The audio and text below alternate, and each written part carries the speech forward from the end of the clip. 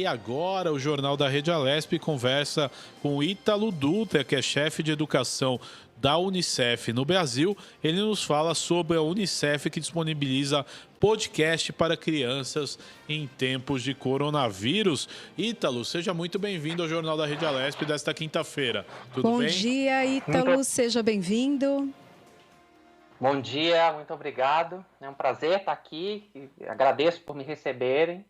A gente está muito contente de poder compartilhar aí essa novidade que a gente criou no contexto da pandemia e que a gente quer depois, inclusive, expandir para ser uma atividade de apoio a professores nesse momento aí em que a gente se reaproxima, pelo menos está fazendo a preparação para o retorno às aulas. Eu queria que você falasse um pouquinho, então, dessa iniciativa, esse podcast, Deixa que eu conto. Me fala um pouco. Isso. Então, o Deixa que eu conto é uma iniciativa que a gente fez pensando exatamente no contexto desse fechamento das escolas que aconteceu em meados de maio, fim de março, desculpem, nesse ano, em função das medidas de isolamento social para o combate à transmissão da Covid-19. Então, o que a gente observou é que a gente sabe que tem bastante material para as crianças e adolescentes maiores, a partir de 9, 10 anos e ensino médio, mas para as crianças pequenas, em especial para aquelas crianças que têm pouca autonomia, a quantidade de material disponível que permitisse tanto as escolas como secretarias oferecer atividades de continuidade de vínculo com as aprendizagens e com a escola era mais escasso.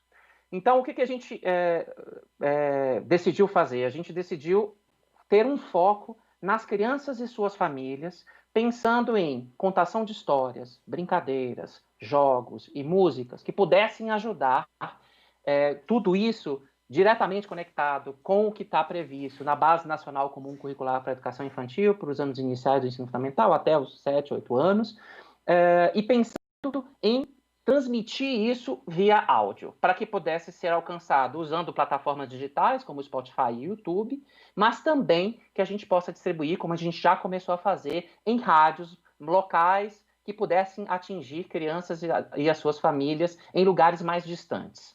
Aí, então, nasceu o Deixa que eu conto. Ele conta hoje com 3 realizadores diferentes, que tem como foco, né, a discussão geral e dos direitos de aprendizagem e campos de experiência da educação infantil, com foco ali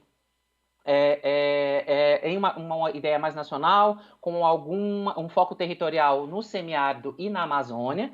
A gente lançou o da Amazônia logo em seguida e a gente já está preparando, inclusive, outros focos, olhando por exemplo, para a população negra brasileira e a questão da afro-brasilidade, a história africana e também para crianças e adolescentes com deficiência. Então, o Deixa que eu conto nasceu dessa iniciativa. Ele é um conjunto de podcasts ou arquivos de áudio que podem ser ouvidos no Spotify, no YouTube e no site do Unicef. É só entrar lá no site unicef.org.br e procurar Deixa que eu conto, que vocês vão lá poder encontrar. Então, o objetivo é, essencialmente, crianças e suas famílias, nesse período em que as escolas estão fechadas, e a gente já está preparando a evolução dessa atividade para pensar em como que professores da educação infantil e ensino fundamental podem usar esses podcasts para complementar como material de apoio às suas aulas na educação infantil e no ensino fundamental. Agora, é importante também, né? Quais os problemas que a Unicef tem encontrado nesta pandemia, o que vocês têm notado que está acontecendo nesse cenário todo em relação a esse assunto? Então, acho que a grande questão que a gente vê é o prolongamento do fechamento das escolas, que a gente sabe ser necessário por causa das medidas de contenção da pandemia.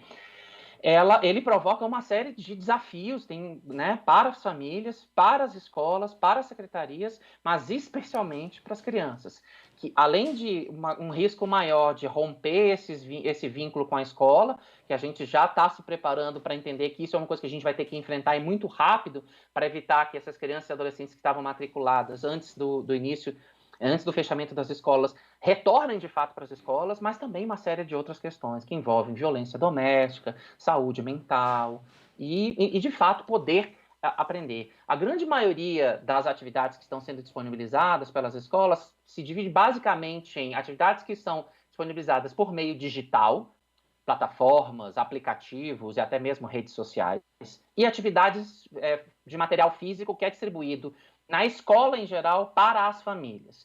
Mesmo assim, um número grande, a gente já tem pesquisas sobre alcance disso, quase um quarto das crianças e adolescentes e as suas famílias não tem, pelo menos é a projeção que se tem, não tiveram acesso a nenhuma dessas atividades. E a gente sabe que pelo menos um terço da população brasileira não tem acesso à internet. E o resto que tem acesso à internet, não necessariamente tem franquia de dados para conseguir acompanhar atividades diariamente, 2, 3 horas diárias de atividades online. Então, a nossa preocupação essencialmente é essa, e por isso a gente pensou nessa distribuição e com o foco principal de manter esse vínculo com as aprendizagens. Esse é um problema que a gente enfrentou, entendeu que precisava ser rapidamente alcançado. E agora a gente, obviamente, já sabe que muitas escolas, muitas secretarias estão começando a se preparar para um eventual retorno às aulas. E uma outra preocupação que a gente tem é que, de fato, tudo seja feito com cuidado para que famílias e crianças possam se sentir seguras quando eventualmente as escolas reabrirem. Ítalo, com essa abertura, reabertura das escolas, aí uma previsão para o mês de setembro, e há também toda essa preocupação com a contaminação, pode haver um rodízio de alunos. O ensino à distância, ele é uma realidade que veio para ficar, vai ser algo complementar, e daí no caso dessas crianças que não têm acesso, qual a solução? Então, a gente tem esses dois problemas. Primeiro, educação à distância, para crianças do educação infantil e ensino fundamental, não tem regulamentação, ou seja, não é permitido pela nossa legislação. O que aconteceu é uma autorização, por causa do caráter emergencial do enfrentamento à pandemia, para que fossem pensadas em atividades remotas para essas crianças menores. Há autorização de um percentual da carga horária para o ensino médio, E aí, de novo, obviamente, eu acho que certamente modelos mais híbridos, olhando para o ensino médio, são necessariamente, podem ser usados nesse processo de continuidade aí, da reabertura das escolas pós-pandemia. Mas o que a gente está alertando, primeiro, é que o Brasil é um país que tem umas desigualdades brutais que são manifestas em diferentes setores, e a educação não é diferente, Muitas crianças não têm acesso à internet, crianças e adolescentes. A gente tem também que se preocupar com a segurança na internet para essas crianças e adolescentes. E, portanto, o que a gente está já antevendo é que esse período de fechamento das escolas pode ampliar ainda mais essas diferenças, essas desigualdades que já são brutais aqui no país.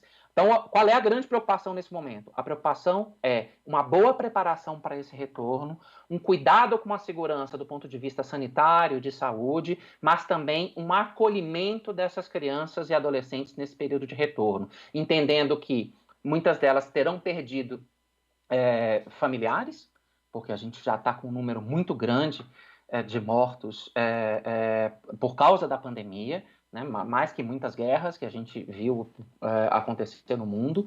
A gente está com uma questão importante, que é exatamente a saúde mental dessas crianças e adolescentes, em função dessa mudança brusca das suas rotinas e do confinamento dentro das casas para alguns deles. Então, acho que tem questões importantes que precisam ser endereçadas quando essas escolas reabrirem. E uma outra questão importante é essencialmente exatamente isso: acolher aquelas crianças que, eventualmente, não foram atingidas por nenhuma das atividades que foram propostas pelas secretarias, entendendo que muitas delas tiveram um grande prejuízo da falta de mediação dos professores, E, portanto, isso a gente sabe que é absolutamente necessária uma boa mediação para essas crianças e adolescentes conseguirem ter boas oportunidades para aprender. Então, esses são cuidados importantes que a gente vem levantando. Tem um documento que foi produzido globalmente pelo Unicef, pela Unesco, pelo Banco Mundial e pelo Programa Alimentar Mundial, que está disponibilizado no site do Unicef. Assim, a gente tem um site todo específico para o Covid-19, dentro do site unicef.org.br, onde vai aparecer, inclusive, a estratégia Deixa que eu conto, mas é importante entender que são protocolos de recomendações mais gerais e ressaltar que há já um esforço muito grande de secretarias de Estado e secretarias municipais no sentido de produzir os seus próprios protocolos. E a gente também vai entender que recursos precisarão ser mobilizados, entendendo que a gente tem dificuldades de, por exemplo, água encanada, banheiros, acesso ao saneamento básico em muitas escolas brasileiras. Agora, até uma última pergunta, Ítalo. Você citou o problema aí da internet, né? Desigualdade que nós temos na internet. Mas o acesso dessas crianças à internet para as aulas online gera outro tipo de preocupação? Por exemplo, que elas comecem a ter acesso a conteúdos, né, proibidos e não adequados para a idade? Então, a gente tem que entender que esse é um fenômeno. As crianças e adolescentes de muitas famílias têm acesso à internet. Então, a questão é se esse acesso ele é acompanhado pelos familiares ou não. Mas, obviamente, esse acesso à internet passa por questões de segurança das próprias crianças e adolescentes. Então, o que é que a gente precisa também lembrar que, para o caso da educação, a gente precisa da mediação do adulto, seja em casa da mediação da família, dos pais, dos avós, dos cuidadores, dos primos, irmãos, seja na escola a mediação dos adultos professores. Então, não adianta a gente pensar que o acesso somente vai resolver a questão das oportunidades de aprender. A mediação é fundamental, até para que a gente evite casos de não segurança das crianças nas redes, que a gente sabe que já acontece em períodos sem pandemia. Então, essa é uma preocupação que já estava ali antes disso e vai continuar e precisa ser endereçada, tematizada nas escolas e pelas famílias. Ítalo, agora sim, para terminar, você como chefe de educação da Unicef no Brasil, o que você acha que vai acontecer com o ano escolar? Você acha que esse ano foi um ano perdido, vai ser um ano perdido? Já se falou, inclusive, de aumentar um ano, então, para o ensino médio, o quarto ano do ensino médio, eu já ouvi em alguns lugares. Há essa possibilidade, o que você acha?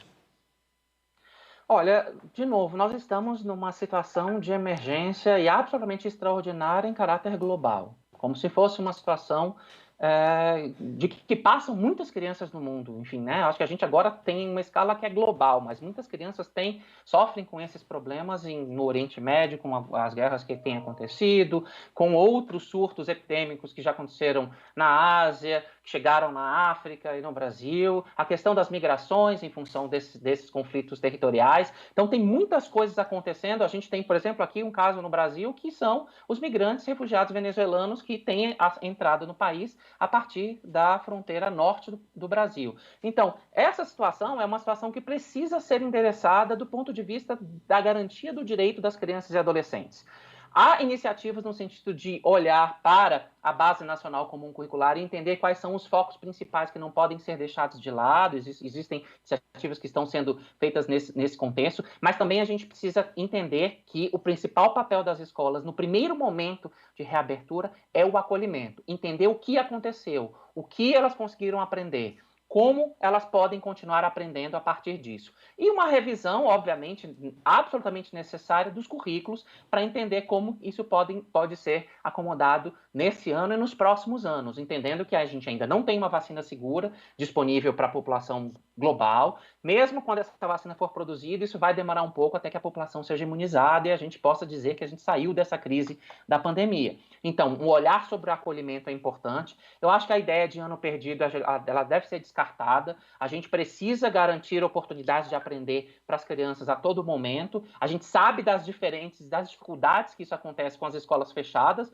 É imprescindível a mediação dos professores para que elas possam aprender, mas a gente precisa adaptar os nossos currículos à medida em que a gente for conseguindo sair desta crise. Então, as iniciativas dos estados e dos municípios para revisar isso, para reorganizar, até mesmo oferecer mais tempo, são absolutamente importantes, porque o imprescindível aqui é garantir o direito de aprender de toda menina e todo menino.